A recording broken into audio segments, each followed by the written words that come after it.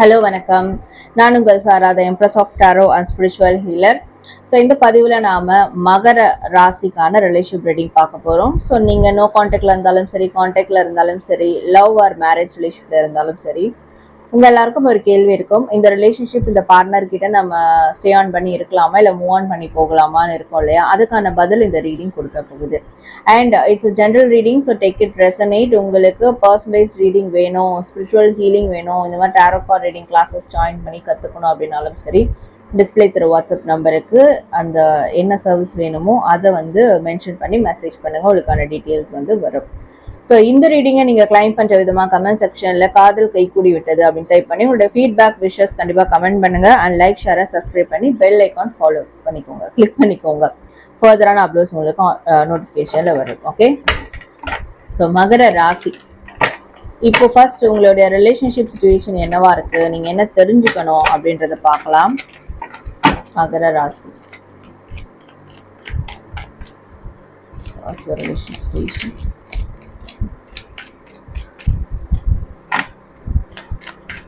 Magara Rasi. Okay. We have Page of Pentacles, Page of Swords, Queen of Wands. Breakup சுச்சுவேஷனில் இருக்கீங்க, no contact சுச்சுவேஷனில் இருக்கீங்க. Even though நீங்கள் ஒரே வீட்டில் ஹஸ்பண்ட் அண்ட் ஒய்ஃபாக இருந்தாலுமே உங்கள் ரெண்டு பேருக்குள்ள ஒரு மிஸ் அண்டர்ஸ்டாண்டிங் இருக்குது, ஒரு கருத்து வேறுபாடு இருக்குது. அண்ட் நீங்கள் ஃபீமேலாக இருக்கீங்கன்னா உங்களோட பொசிஷன், உங்களுடைய பவர், உங்களுடைய கெப்பாசிட்டி, உங்களுடைய the way of acting, way of behaviour, way of action, இதுதான் மெயினான ரீசன் மிஸ் அண்டர்ஸ்டாண்டிங் ஏற்படுறதுக்கு உங்களுக்கும் உங்கள் பார்ட்னருக்கும்.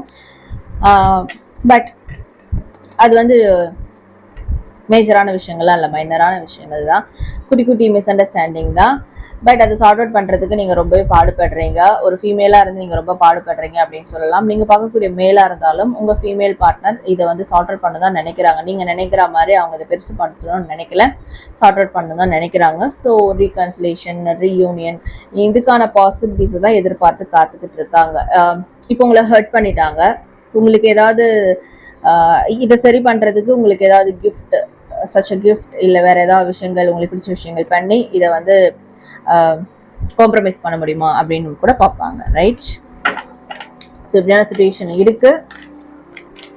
சில பேருக்கு ஒரு பெண் நபரால் உங்களுடைய maybe it could be your mother R there mother, இல்லை உங்களுடைய சிஸ்டர், அவங்களுடைய சிஸ்டர் யாரோ ஒருத்தவங்க, ஸோ அவங்களுடைய குறுக்கீடால் உங்கள் ரெண்டு பேருக்குள்ள மிஸ் அண்டர்ஸ்டாண்டிங்கும் இருக்குது உங்களுடைய லவ் லைஃப்பில் அப்படின்னு காட்டுது. Okay.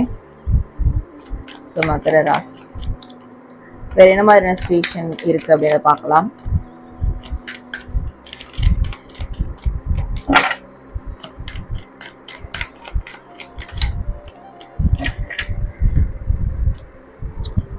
We have the lovers, we have the Eight of Wands, we have the Eight of Pentacles, Two of Wands, Five of Swords, guys.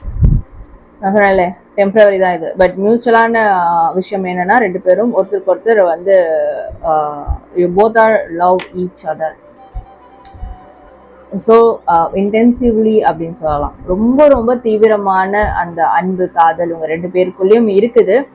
But நீங்கள் மாற வேண்டியவங்க இல்லை. நீ மாற்றம் உங்கள் ரெண்டு பேருக்குள்ள நடக்கணும் அப்படி அவசியம் இல்லை. மாற்றம் உங்களை சுற்றி நடக்கணும். ரைட். உங்களை சுற்றி இருக்கிறவங்க கிட்ட இருந்தோ, அட்மாஸ்பியரோ, ஏதோ ஒரு விஷயம் சேஞ்ச் ஆகணும். ஸோ அதனால தான் இப்போ உங்களுக்குள்ள இந்த ஒரு மிஸ் அண்டர்ஸ்டாண்டிங். பட் இது ரெண்டு பேரும் இதை நீங்கள் உட்காந்து இதுக்கான எஃபர்ட் போடுறீங்க, இதை சார்ட் அவுட் பண்ணுறதுக்கான ஹார்ட் ஒர்க் கொடுக்குறீங்க, எஃபர்ட் கொடுக்குறீங்க, ஒர்க் அவுட் பண்ணுறீங்கன்ற போது கண்டிப்பாக ஒரு ஃபியூ மந்த்ஸ்லேயே இந்த பிரச்சனை சார்ட் அவுட் ஆகிடும். ஸோ இது ஒரு பெரிய பிரச்சனையாக மாறக்கூடியதாவோ, இல்லை நிரந்தர பிரச்சனையாவோ, பூதாகரமாக வெடிக்கக்கூடியதாவோ அப்படிலாம் கிடையாது.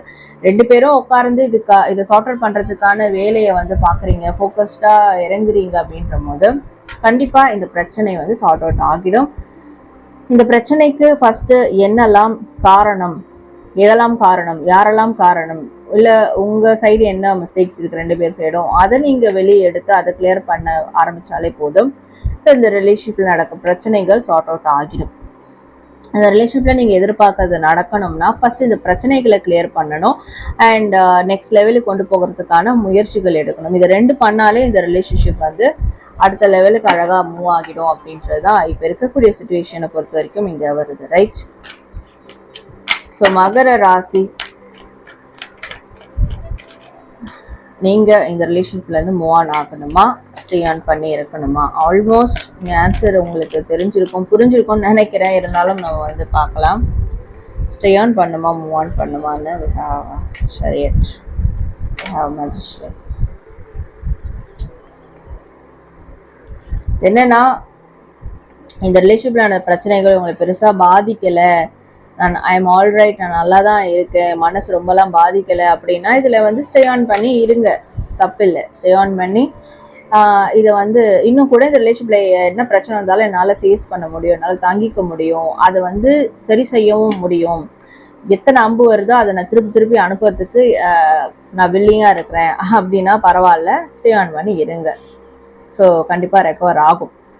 பட் ஐயோ என்னால் சத்தியமாக இதில் தாங்கிக்க முடியல, இருக்க நிலைமை மோசமாகுது, எனக்கே கான்ஃபிடென்ட் இல்லை, நானே ரொம்ப டவுன் ஆகிட்டேன், எது செஞ்சாலும் எனக்கு பேக் ஃபயர் ஆகுது, என்னால் வந்து முடியல, ஒரு கட்டத்துக்கு மேலே பஸ்ட் அவுட் ஆகிற மாதிரி இருக்குது அப்படின்னா கொஞ்ச நாளைக்கு இதில் வந்து மூவ் ஆன் பண்ணி இருக்கிறது நல்லது. ரைட்? நீங்கள் மூவ் ஆன் பண்ணி உங்கள் வேலை உண்டு நீங்கள் உண்டுன்னு இருக்கும் போது, உங்களுடைய விஷயங்களை டெவலப் பண்ணும் போது, ஸோ உங்கள் பார்ட்னர் அதை வந்து காம்ப்ரமைஸ் பண்ணி வருவாங்க. நீங்கள் மூவ் ஆன் பண்ணி போனாலும் அது டெம்பரவரி தான். அவங்க உங்களை தேடி அவங்க ரெக்ரெட் பண்ணி வருவாங்க. சரிங்களா? என்ன மிஸ்டேக் இருக்குது அப்படின்றது. இல்லை என்னால் மூவ் ஆன் பண்ண முடியாது, என்னால் தாங்கிக்க கூட முடியும், பட் மூவ் ஆன் பண்ணுறதை நான் தாங்கிக்க முடியாதுன்னா நீங்கள் தாராளமாக ஸ்டே ஆன் பண்ணலாம். ஆனால் இந்த ரிலேஷன்ஷிப்பில் நடக்கக்கூடிய பிரச்சனைகளை கிளியர் பண்ணுறதுக்கான எஃபர்ட் அவசியம் எடுக்கணும். அப்படி எஃபர்ட் எடுக்கும் போது நிச்சயமாக உங்களுக்கும் சில பிரச்சனைகள் இருக்கும், உங்களுக்கும் சில பெயின் இருக்க தான் செய்யும், அது வந்து இல்லாமல் இருக்காது, பேக் ஃபயர் ஆக தான் செய்யும். அதெல்லாம் தாங்கிக்க முடியும் அப்படின்னா நீங்கள் தாராளமாக ஸ்டே ஆன் பண்ணலாம். முடியாதுன்ற பட்சத்தில் மூவ் ஆன் ஆகி போயிடுறது நல்லது. ஃபர்ஸ்ட் ஆஃப் ஆல் உங்களை நீங்கள் வந்து கிளியர் ஆக்கிக்கிட்டு அதுக்கப்புறம் மற்ற விஷயங்களில் வந்து ஃபோக்கஸ் பண்ணுறது நல்லது. ரைட்?